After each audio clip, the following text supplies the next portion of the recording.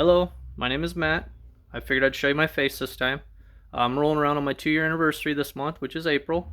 So I figured I'd introduce myself, run you through some resources that I've acquired, as well as a few of the posters and stuff of that nature, and maybe even tell you my backstory.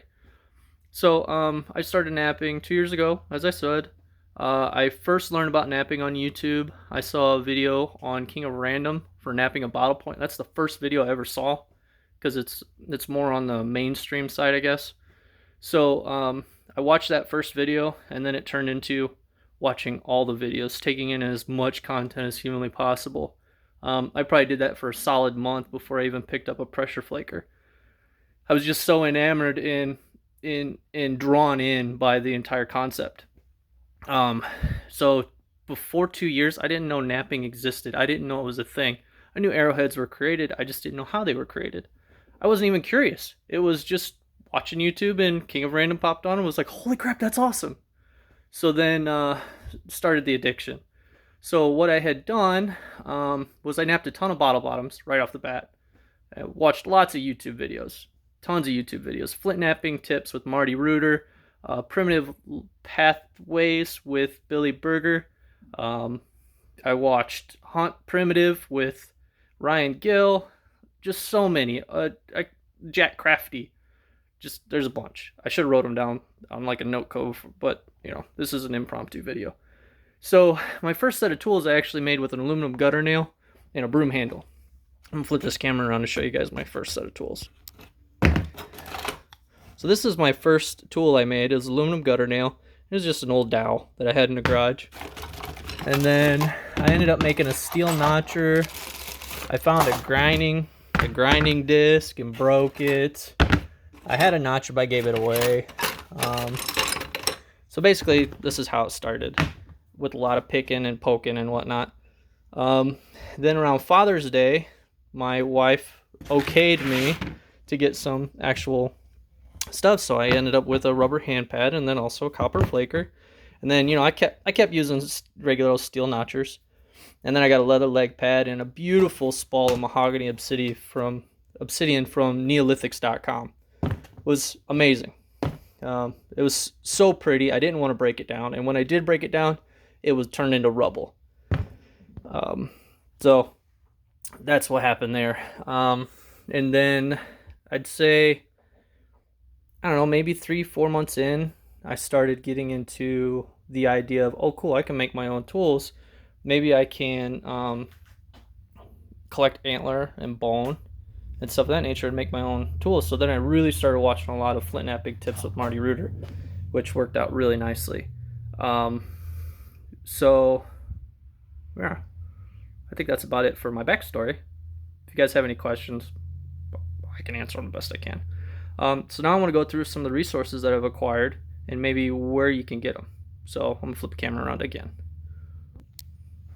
All right, so this one is more for archery, but it's a good book from Jim Ham. I got this off Amazon. It's got a lot of pictures in it on how to make arrows and bowstrings and some bow stuff. It's a good book. This one I got off Amazon. This one is a really good one. It has lots of diagrams. You can see I bookmarked some of them, but it's got some really good information on it. Lots of diagrams, pictures. I don't want to go through it too much. If you guys want to check it out, Amazon. I think I got this one. This is a book from DC Waldorf, as well as its companion video. In this video, you get to meet Benny the Blue Jay, which just goes to show I actually did watch it. And in this book, it has lots of good stuff, again, diagrams and stuff of that nature.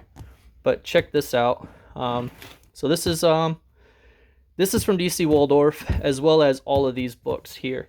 I absolutely love these because I'm always looking for reference material. So you can get these as a set of 4.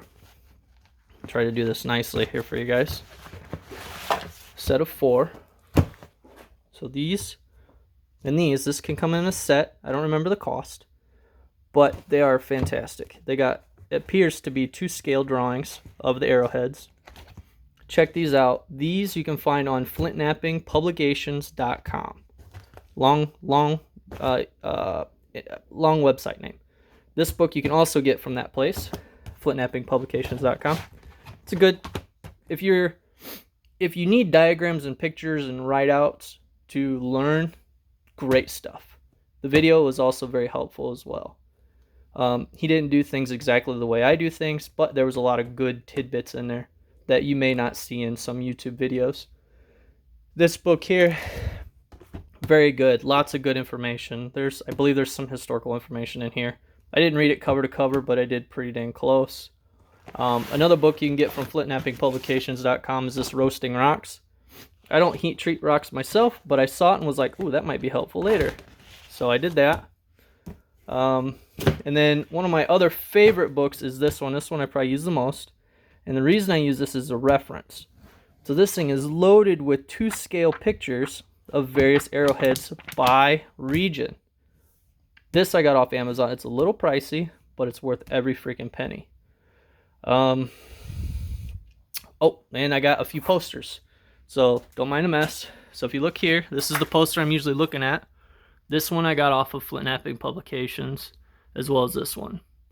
And I have another poster from Kenny Ressler in the house. I got to get it laminated, which you can do at Staples. It's like a 24x36 lamination.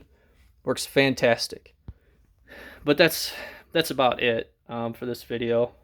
That's all I got for you guys. So hopefully you found some of this stuff entertaining or interesting. I'll see if I can put some links in the description for you guys. But yeah, I think that's it. So thanks for watching. And to those that do watch, I appreciate you. Thank you.